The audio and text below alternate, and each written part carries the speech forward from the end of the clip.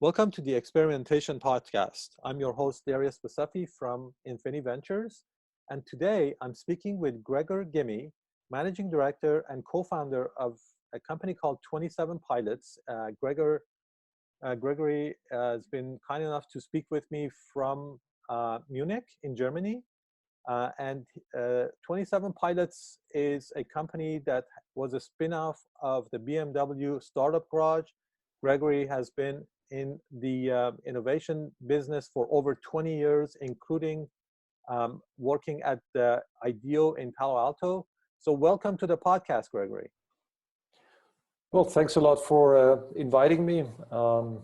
Very enthusiastic about the opportunity to share some of my experiences with you. Great. So can you tell us, I'm sure there's a lot more where, in your background that would be of value. So if you can maybe dig in a little bit deeper and tell us how you got to where you are. Okay, sure. Well, maybe to start with where I am today very briefly.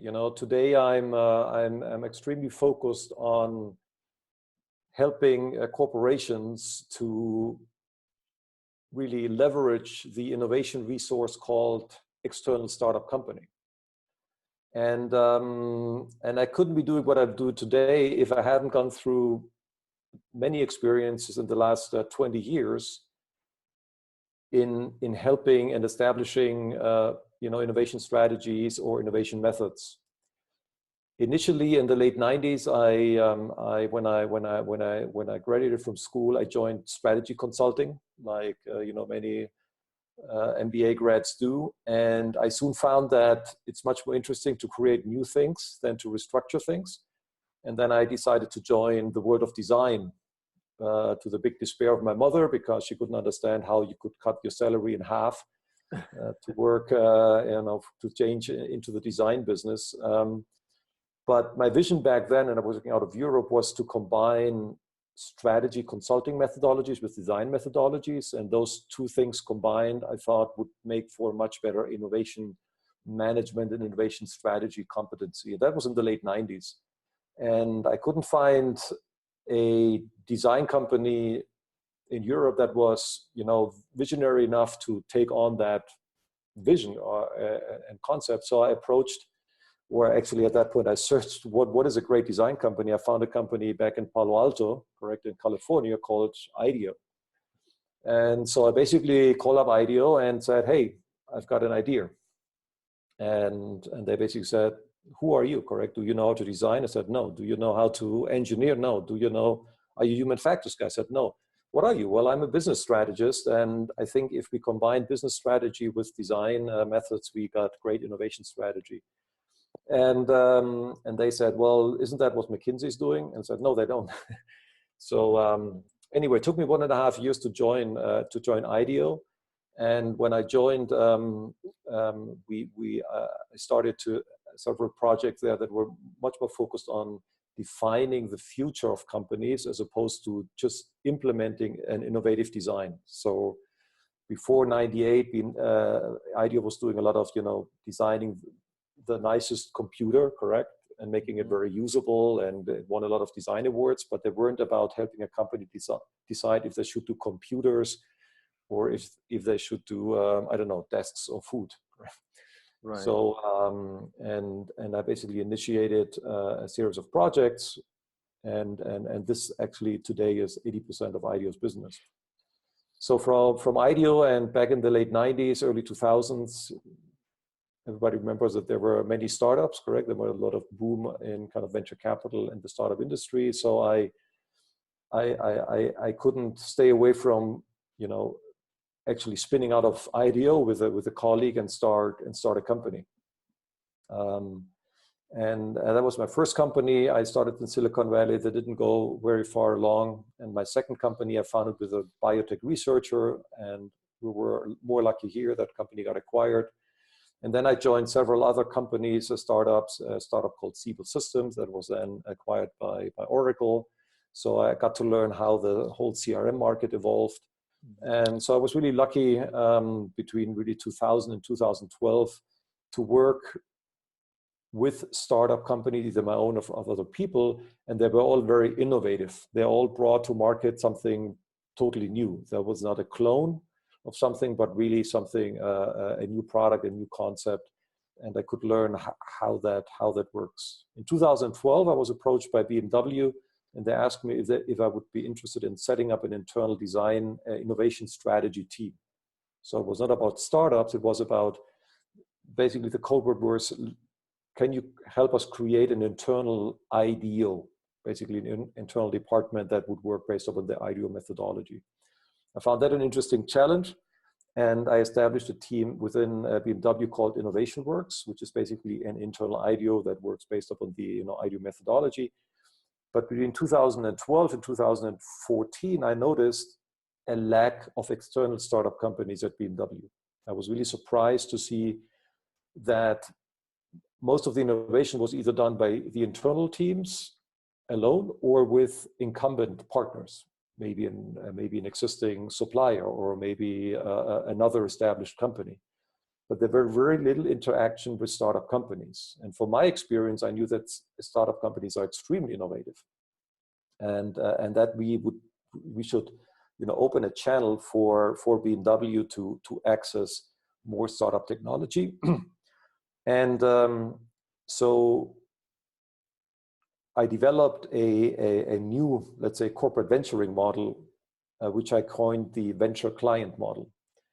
And that new model was a huge success within BMW. So it grew organically very fast. And it was so successful that I saw that, if that solves and helps BMW, why wouldn't it help other companies? Which is why in 2018, I spun out of BMW together with some colleagues from BMW, and we created 27 pilots so that we could offer what we call venture client services to other corporates, but also to BMW, right? So we are still working for BMW as a venture client services provider, and we're also helping other companies establish venture client departments. Okay. So I think that's very interesting. Let's dig in a little bit deeper about this concept of venture client model. Mm-hmm. What is that? How does it work? So first of all, it's very important to know it's not an accelerator and it's not an incubator. And it's not venture capital. So the basic difference is if as an accelerator or as a corporate venture capitalist, what you do is you buy the equity of a startup. As a venture client, you don't buy the equity, you buy the product of a startup. And you buy it at a stage where, from the point of view of the corporate, there is a big venture involved into that. Because the technology from the startup may not be ready, may not be certified, may not be scalable, but it's still very innovative. So it's a strong piece of experimentation, if you will. And that's why we called it venture client. And that was totally new within BMW, because obviously the concept of buying a product that's not finished didn't exist. Because obviously for a corporate to purchase a product from an external company, you have to overcome many walls, right? Administrational walls. So what companies were doing, and they're still doing today, is they're buying the equity with the intention of generating a strategic benefit. But what we saw is that by buying the equity, you do not generate any strategic benefit, because buying the equity of a company does not give you access to this company's product. For example, if you want to experiment and see and to benefit from, let's say, the iPhone, you don't go and buy Apple shares and walk into an Apple store and say, I'm a shareholder of Apple, please give me an iPhone, correct? It doesn't make any sense. They could say, hey, I'm happy to welcome you as a shareholder, but hand over $1,000 if you want to have the iPhone. Right. So what corporates, the mistake corporates are doing with corporate venture capital is that they use corporate venture capital as an intermediary that's extremely slow, extremely complex, extremely expensive and risky in order to access the technology of a startup in a second step. So basically the corporate venture capital becomes the bottleneck to conducting very efficient and fast experiments with the startup technology. Right.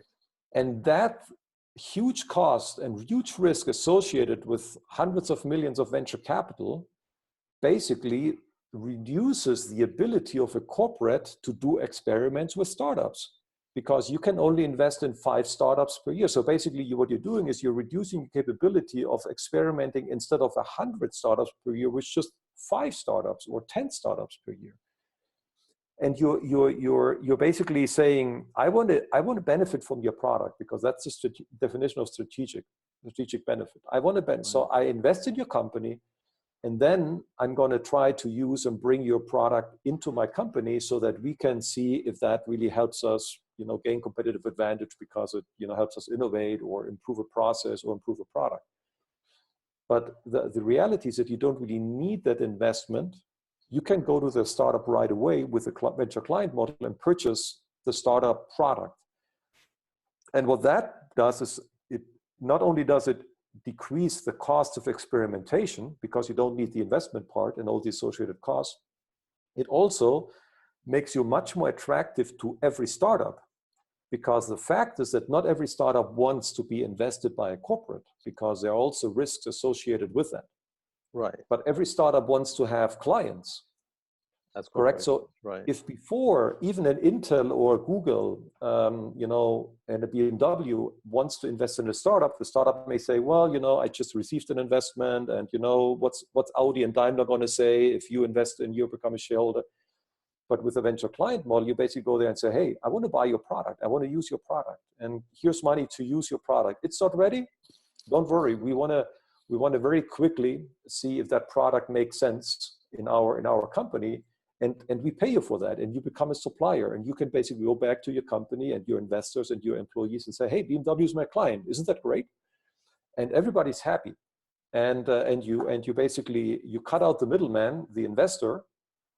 You get much more access. You get access to many more startup innovations at a much lower price, at a much lower risk, and a much higher quality. And as a second step, now you can do all the other things that you want to do with a startup, correct? Now you can acquire the startup. Now you can do a co-development. Now you can do a co-creation or any kind of thing. And but with much better insights into the product, because you've already used it. And going back to this Apple example, right. If you think that the Apple iPhone maybe helps you communicate within a corporate, the first thing you want to do, you want to buy 5 iPhones. You're not buying 1,000 iPhones, correct? Right. So you first run a pilot, and that's where the name also 27 pilots come from. You first run a pilot, but you buy the iPhone, you use it in a real context with real end users. You basically conduct this experiment with a low number of people, but the real end users of the technology. And you set up a good project around that. And if you see that this is really generating an impact, the experiment works, now you go into the next phase and you kind of scale that and increase the let's say the amount of units that you buy from the startup company, or you buy the whole company. Okay, that's a very interesting model. I have not heard of it before, but it sounds really good, because I agree.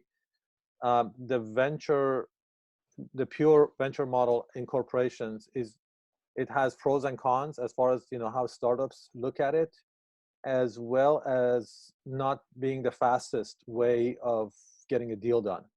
Yeah. So just a quick, this is a really interesting topic, good for another interview all by itself. But yeah. Just a quick question. How do you price the product of a startup that doesn't have a product yet, so that the corporation can pay for it? That's exactly why you need internally in the corporate that venture client team and department established, because now you basically can set the rules and the processes in order to come to a decision here. So if you haven't set up a venture client, let's say, system, means you have not decided on the, let's say, algorithms or procedures in which you price a technology. Because obviously, if a BMW buys, early stage fuel cell technology from a startup in Israel, the price is different than if you would buy a predictive maintenance, artificial intelligence sensor for out of whatever Silicon Valley. So what you define is first of all, you define what you pay and what you don't pay. And you define some basic pricing around that. So for example, you can decide, I will pay for the prototype to use it, but I will not pay for the development of the prototype. Because if I would pay for the development of the prototype, I would own the prototype and I would run into an IP legal conflict with the investors of that startup. Right. So you say, I can use your prototype and you can charge X for that prototype. And then you basically go into negotiation with the startup and you look at what could be the potential final price. Let's say it's $50. But that's $50 for, let's say, 2 million units. So if you're only buying 10 units, you basically say, well, how much would it, let's say, and then you basically run into a conversation and you agree on some kind of a common sense price, which is anywhere between 5,000 to 50,000 for one sensor as opposed to $50. Right. Almost like a Kickstarter model, but not exactly. It's a Kickstarter model where you have one person using the product. So the one user is the corporate. Right. And the corporate is buying that technology and you're getting money directly for it and you're already delivering that product immediately. So you're not saying, I'm going to give you money and in 3 months I'm going to use your product. You're using it right away. So the startup needs to be at a stage where they already have at least a functional prototype. Okay, so they do need to have a functional prototype. It's not just an idea. No. Not that at the idea phase. Okay. No, because that's the other important element of the venture client model. The venture client model is based upon a functional system where we already have two extremely important players in this innovation ecosystem. One is the startup, obviously, but the other is the independent venture capitalist. Okay. So the independent venture capitalist really takes the role of picking among thousands of ideas, the idea that make a lot of sense. And the initial investor, they also take the role of making the initial funding the prototype. Right. And they do this in the exchange for equity and with the objective of getting a huge multiple on that equity. At some point, the client comes in this case, the corporate client, and says, hey, there are VCs who picked that idea out of thousands. They invested into creating a functional prototype. Now the next stage is a client needs to provide feedback and they need to use it. Okay, so at this point, the corporate becomes the client instead of being another investor. Right. Because at that stage, you become another investor, you're not really, advancing, you're not really closing the chain. You're just another investor. And now you also compete against the original investor because now you make the share more expensive. And now you say, oh, I also want to buy your product from the startup. And you also become a person who restricts the flexibility of the startup to be acquired by, let's say, your own competitor. So by being a client, you really create this very clean win-win-win relationship among the three main players in innovation, which is the capitalist, the inventor, the startup, and the client, who's the end user, who provides then the revenue for this whole, let's say, ecosystem to work. Right. Very interesting model. Very interesting model. I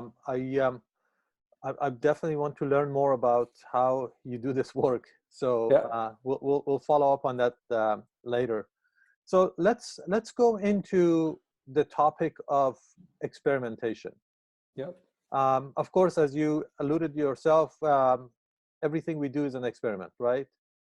The question that, and what we're trying to do at in our company is to really become a lot more disciplined about this, experiments, and then make the whole process easier for the teams to go through. So from your point of view, what is like the core function of experiments in everything that you do?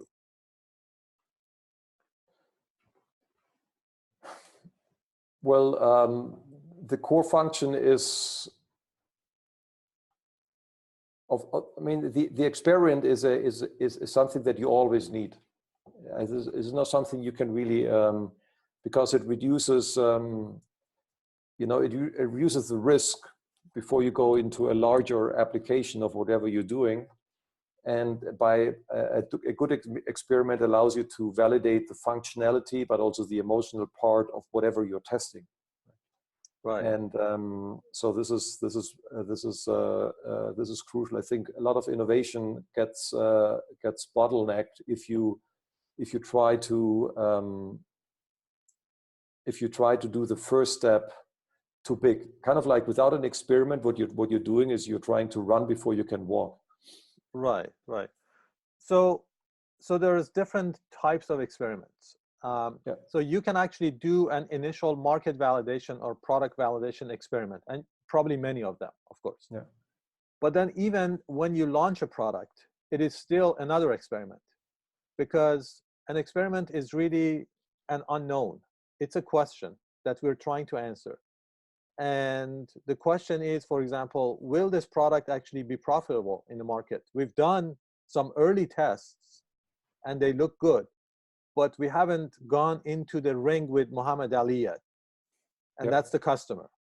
So that's another experiment. So the concept of experimentation continues, and it just, it never ends, right? You could say so. What you can obviously do is you can redefine what a product is, and you can start the experiments already with the end customers. Right. I think that's where you reduce a lot of the risk, and you add a lot of speed. And that's what we basically did at BMW with the venture client model. Is we said, well, somebody's defining a startup product as finished when there's a prize, a certification, and what have you. But what hinders me as a user to go out and buy that product 2 years earlier?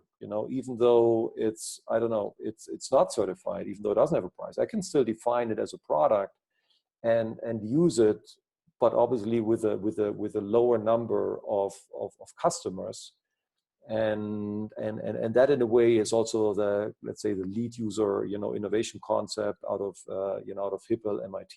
This is you bring your early stage product to a very specific set of lead users who really experiment with it at a different pricing and a different, let's say, maturity level of the product, but they're still working with the product. Right. And then your risk of bringing that to market is, and failing in the market is significantly lower. Right. So is that like almost like the concept of the early adopters and the lean startup? Well, I'm not the biggest fan of the lean startup, because I think, every startup is lean because, you're just, 3 guys and a dog, correct? So Right. You're always lean. Or three gals. Yeah, or 3 gals. And the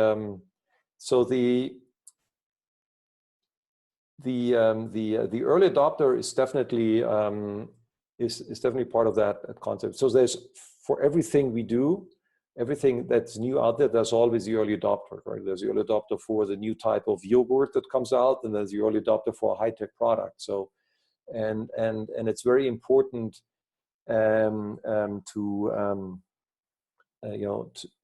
to use that framework also in the type of expectation setting you do when you create your roadmap. So if you think that the main market is going to buy and use your product 2 years from launching, then you're just wrong, because that's not the psychology of the market, right? You always need to find your early adopters. The higher the level of innovation, if it's just a new pizza, correct, then obviously you can go out and go to the main market and you just change the pricing and the salami and that's it.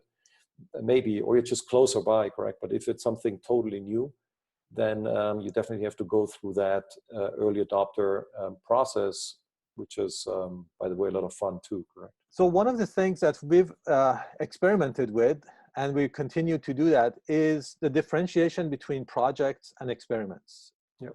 Our work is organized by projects, and rightly so, because they help you organize the work. But the project is a part of the goal of an organization. So the goal, for example, for getting that new fuel injector into a new car is that it has some expectations before you even get that injector. And then it has a follow through to see how the customers responded to it. The true experiment is that, did we set up the right expectations before we went into this? Did we actually develop the right product? And then what did the customers think about it? That's the entire experiment, right? So you could say that the project was successful. You created a fuel injector that is great. But if the customer was not happy with it, for whatever reason, the experiment was not successful, right? Yeah. So that's how the definition of the experiment versus the project is. And I want to hear like what your thoughts are about that concept. Yeah, I think it's great. The challenge is that you need to cut the cost of the experiment. So the way you're defining it, it's just too expensive. Okay. For a company like BMW, it would be that experiments would be too long, and it would be too expensive. Now, what you try to do in a big corporate, now you try to cut this into pieces, into little projects, correct? But then you're missing out some of the variables. For example, the customer reception. Right. So what I see that at BMW and other corporates is generally you set up a project and you're looking like 2 years ahead, correct? And then it becomes very expensive, and you know that you spend like half a year just on figuring out who to work with, who's a partner on doing that, and so you're easily in a 6-7 figure budgets. Right. So right. So it's really what you need to do is to basically take all the variables that you have that you really need in order to make that a long-term success, and see if you can fit those into a 2 to 3 month long experiment. Exactly. That's the goal. The winners are going to do more experiments, and they're going to do them faster. Yes. And learn from them faster. That's the whole point. And that reduces the delay in decision making and all of those things. So that's exactly what we're trying to accomplish, is that how do we actually turn projects into experiments, or make it thinking, while not adding a delay and making it, So, I mean, the work that you mentioned, it is done anyway.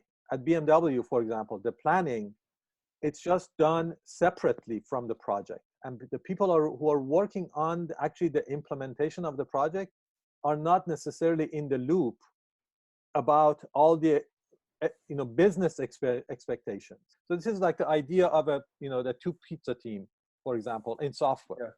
A two pizza team is going to own the entire feature.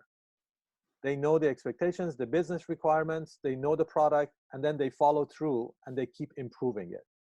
Yeah. So can an experiment be fit within that same model? Every company has a different, let's say, competency on innovation. And it also depends on how strongly the company employees are really the users of your own product. So if you work at Procter & Gamble and today you do Pampers and tomorrow you do coffee, then it's harder than for, let's say, BMW, because you always do cars. So really the ability of a project team member at BMW to oversee the overall challenge and have an insight into the planning and the customer experience, the engineering challenges and so on is much higher than, for example, in fast moving consumer goods, where it's totally detached, like you say. Right. So I think that's very good point. I think those companies where the people who build the products are also the user of the product, and even better, love the product. That's why those technology companies are so great. On top of that, you have a great brand, correct? Right. Probably rather work at Apple and build an Apple computer or Apple something than at, I don't know, Dell, which is, just a cheap something, correct? So that definitely helps also BMW, because everybody loves those cars and And that's an advantage of maybe being at, I guess, I don't know, Volkswagen, where we really rather have a BMW than a Volkswagen, right? Anyway, That's the that's art another of thing. branding and, you know, product design. Exactly. And at the end of the day, I think what really separates a brand like BMW from a brand that's, let's say, a cheaper version of the same product is the love and dedication of those people, and also, but also obviously the ability of being able to produce a great design at a profit. You know, because it's very easy to build one car that's great a day, but it's very hard to produce one every 7 seconds. Exactly. That's a big difference. And the ability, for example, of the German automotive industry to have a very desirable product, you know, the Daimler, the Audi, the BMW, and still be able to scale that, basically do a huge number of those units, but with a high, because the amount of complexity in a BMW car is about 3 times higher than that of a non-premium car, just in terms of components that you have to design and stick together. In a way, I think one of the overseen, let's say, success factors of a BMW is its capability of manufacturing cars. And if you look at Apple, who's the CEO of Apple? It's the guy who ran the operations at Apple before, correct? Right. So he's the operations guy, and every CEO of BMW in the last 20 years is an operations guy. Because they know the product. Exactly, they know the product very well, and there's a lot of money flowing into design and innovation competencies and so on. But at the end of the day, the logic is to build a great design is one challenge, but to produce it is another challenge. So it's fairly easy to create a great design, but to produce that in a scalable way with a profit, that's really hard. So that's where really the you know, that capability comes in, and so not to lose track of the ability to manufacture, which, by the way, is also the big challenge of Tesla, correct, is manufacturing. Right. And that also goes back to the experimentation thing, because, for example, at BMW, you have something called the Factory Zero. You start very early in the process of product development, you start manufacturing that car, so that you make sure that by the time the serious production starts, you have the manufacturing logistics, you control it, so that because, you know, the complexities of those features are very high, so you need to make sure that you can actually manufacture it if you don't want to, you know, ruin your company. Right. So that's the other, I guess, differentiation of experimenting in software versus hardware. Mm-hmm. Software is a lot easier to, especially if it's on demand and software as a service. Yeah. You can do A/B testing. You can have multiple versions running at the same time and see in real time how they're doing. It's a completely different story than experimenting in a hardware company. Yes. Building cars. Exactly. And when you go to Munich, I mean, there's about 30,000 people at BMW live in Munich out of 125,000 or so. And within the BMW factories, you have a lot of experimentation. You know, I would even think that the whole concept of prototyping, product design was very strongly driven by the automotive industries.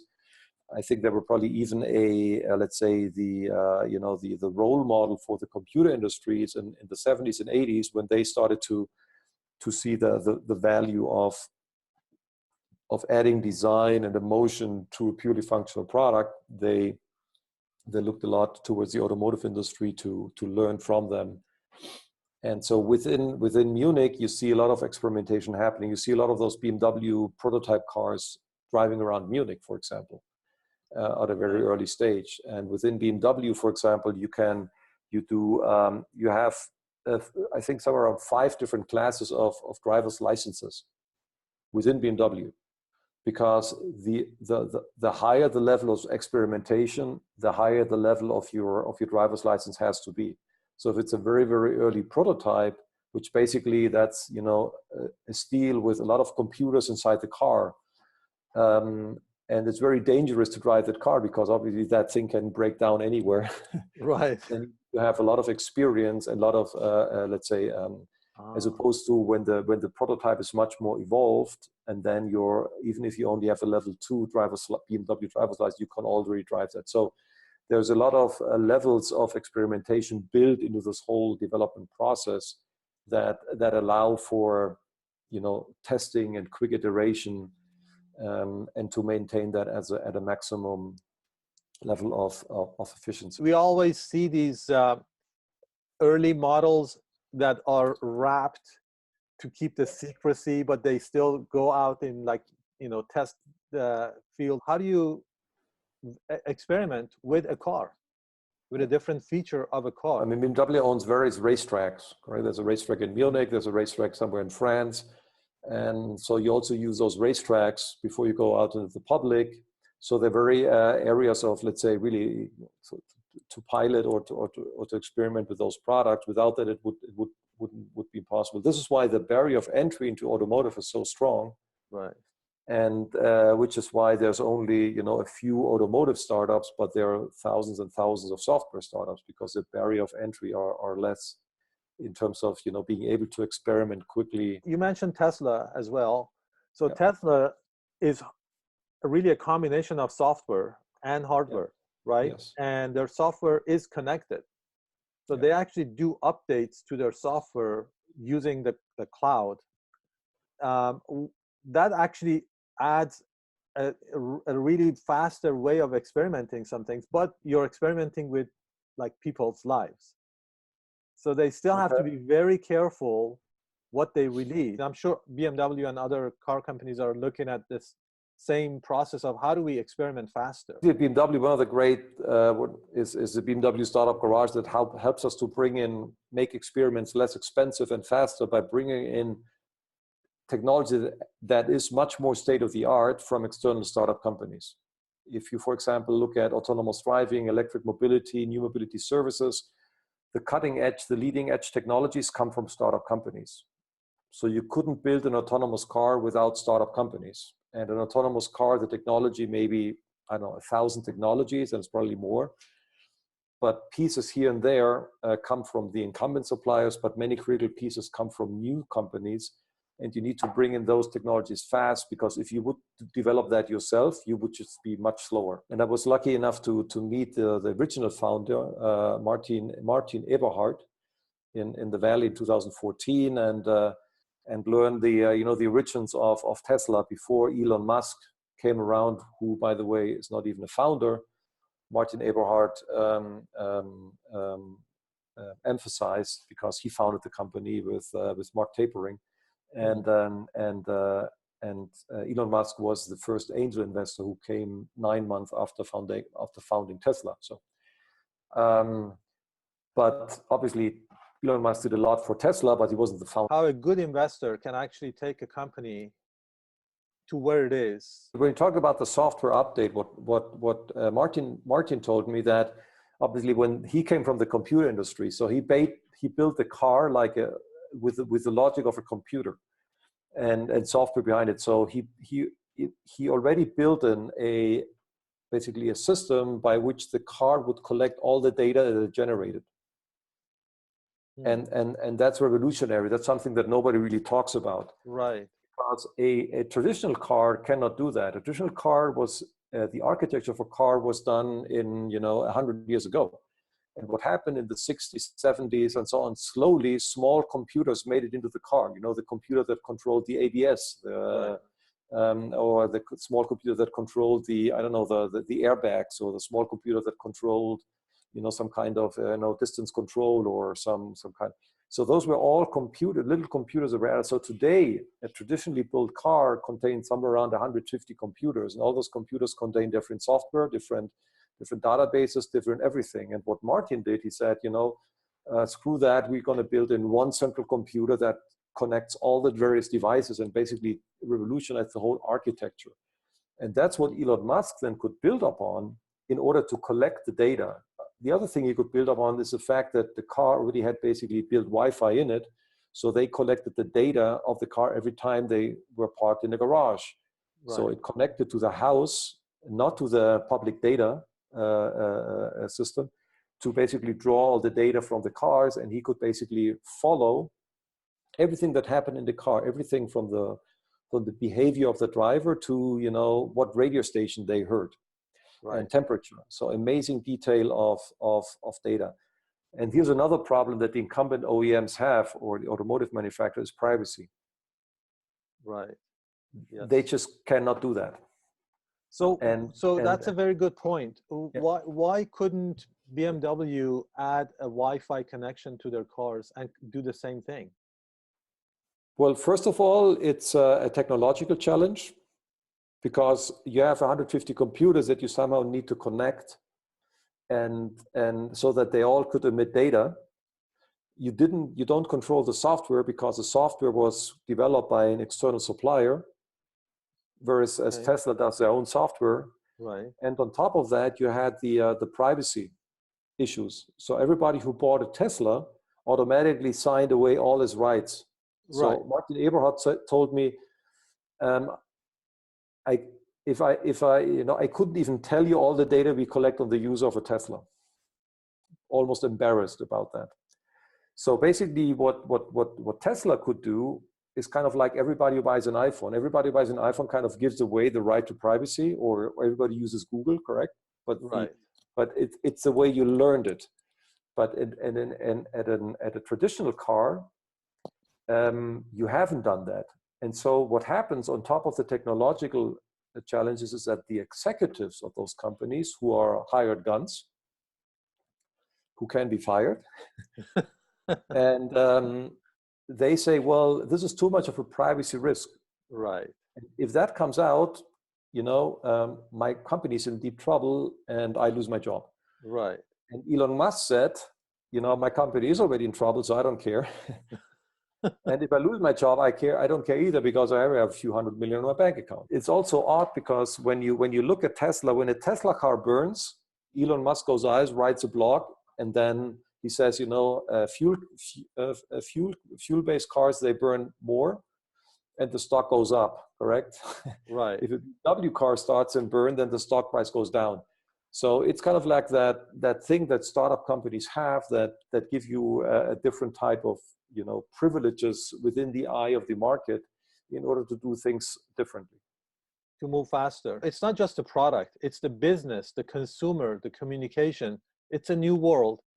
And you can't really succeed as much as you used to, at least, operating with old world communication and rules. That's why, after all those years experience in innovation with IDEO and the like, I'm inclined more and more to add speed to an incumbent corporate through the external startup. That to me is like the catalyst of speed. That to me is kind of like the vitamins you need in order to get your body going, so that you as a corporate can focus on the things that make that thing scalable, but you can allow for bits and pieces of very experimental technologies to flow into the company very cheaply in order to ignite a change. And you don't have to take that risk yourself.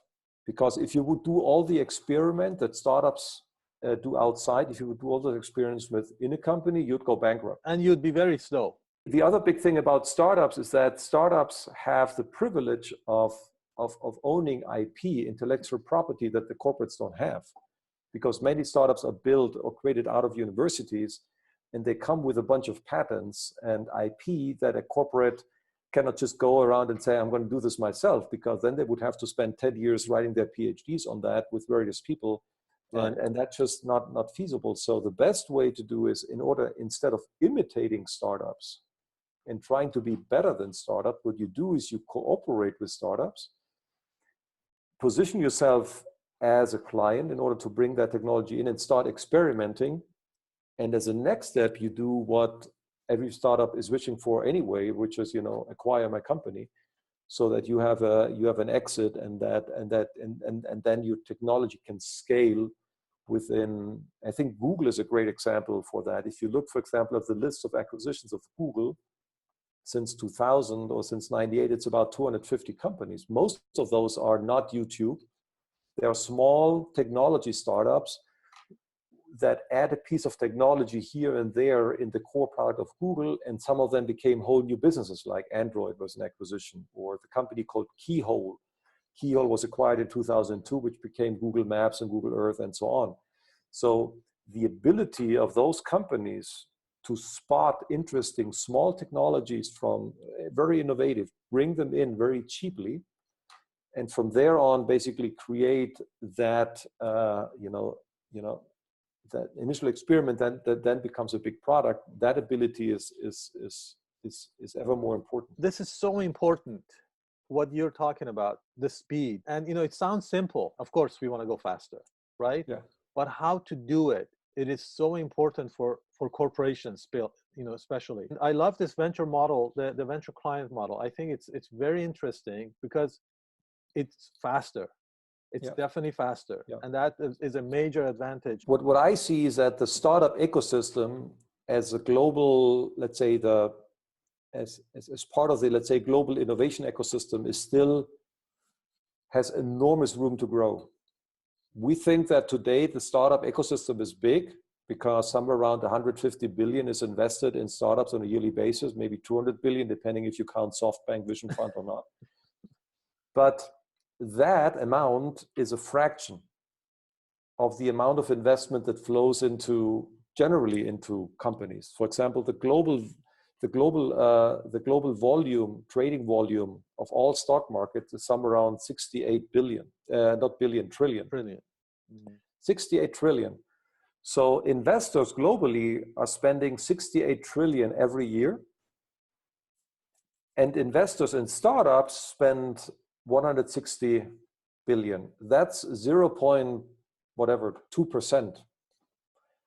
So if you would just increase that by a fraction, you would funnel so much more resources into the startup ecosystem that basically would allow the corporates to observe all those small experiments, have them kind of grow to a certain level, then engage as a client, and as a next step, the first level experimentation and the next level experimentation, engage as or a big client that allows the company to go public, or as an acquirer that also provides the exit. So what we need to do is, in order to increase the amount of startups that are out there, is to increase the demand for startups. So what we need to create on the corporate side a higher amount of startup technology that we purchase, because that will allow investors to invest more because now they have less risk of failing. Right. Correct. So for example, with the venture client model at BMW, we increased the amount of startup technology that flows into BMW by a factor of 10. Wow. So, and there's still room to grow. There's so much demand within BMW. There is, literally, I mean, we got flooded by internal teams within BMW said, hey, I've got this idea. I want to experiment with it. I see the startup already is much more advanced in this technology. How I use this technology to see if that idea really makes sense, and if that only costs me, $25,000 or $5,000 or $10,000 as an experiment, it's much better than going out and trying to get a budget for my project, which is $50,000, $100,000, or $1 million. Right? So basically, what we need to do is, as we purchase more startup technology from a corporate, we will liberate more money from the investment community for startups. We get a bigger chunk of that 68 trillion. That will generate more experiments, more innovation.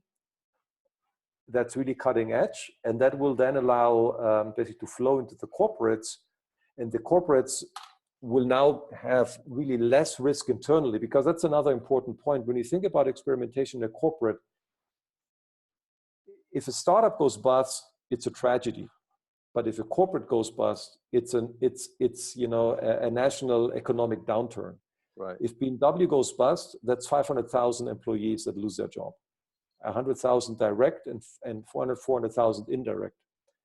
And if an economy loses 500,000 jobs from one day to another, it's tragedy. I mean, it's an economic downturn. Right. If a startup, even if they may have 5,000 employees, because those are also a special type of employees, they find themselves new jobs rapidly somewhere around.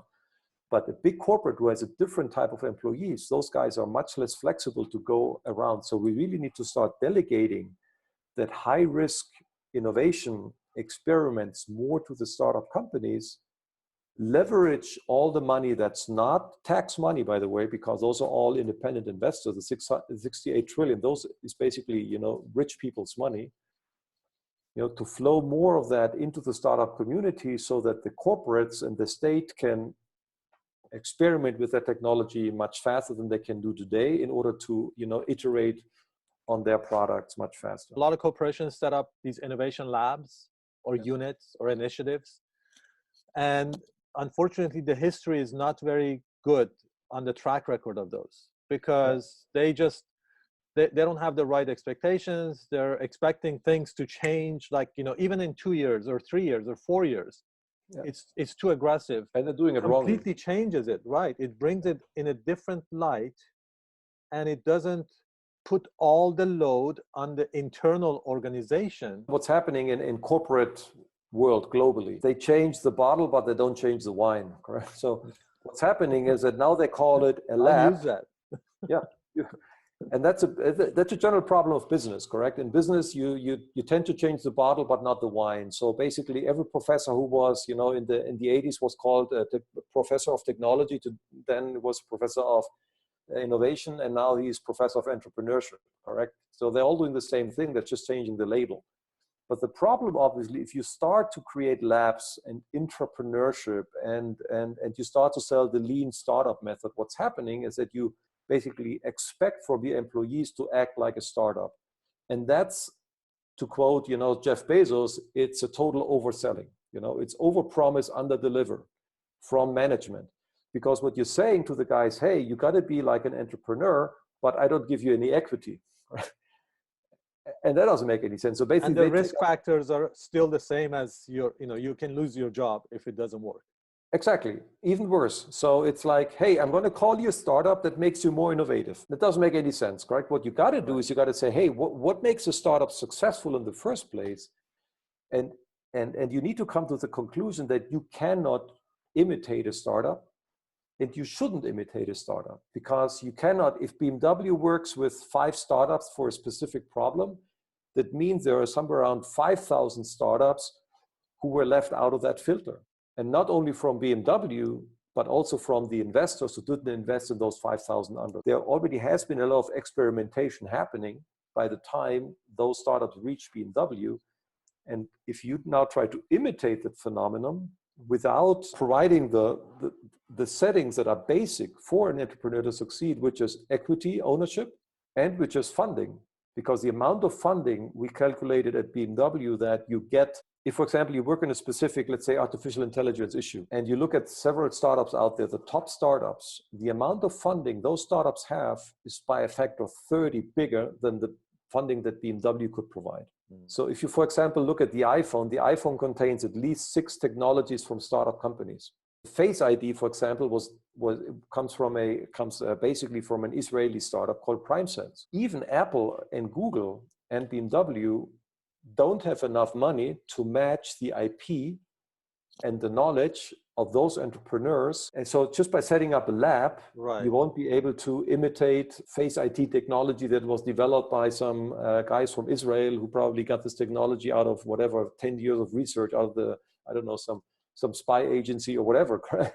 So just leverage what's out there and build that, symbiosis about those two parts, as opposed to being a competitor or an imitator to that ecosystem. There is an opening here to make the whole process go faster. It's a little bit like a mindset change, because if you look at startups and you imitate them, it's kind of like if you look at Harvard and try to imitate it.